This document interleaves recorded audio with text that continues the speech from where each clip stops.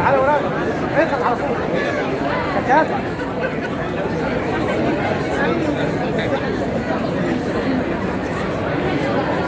ما صورتش يجي يا استاذ ممكن كده عشان لا بص بصي هنا بس. مش هتخليني اشتغل في استوديو بقى خلاص. يعني ديك صورنا خلاص. لا أصل ده فيديو. فيديو. عرفت كده لا ده فيديو. لما نشوف. انت مشغل يا ابني ولا طب خلاص؟ امسك على نفسك لا كده؟ مش شغال. طب اهو كده شغل ايه يا باشا؟ فندم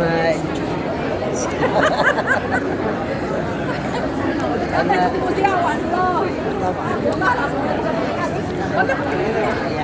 الوجه الجميل ده يسعدنا ابقى عندنا في التلفزيون بس انا ابقى المخرج صح يا ابني؟ طيب كمان مهمة. طيب كده كمان عشان انا ايه خش كده بقى دكتوره هبه غصب عن اي حاجه. لا لا لا كده لا ما تخليش تليفون عشان يطلع مش شقلب لا والله هيطلع مش شقلب لا كده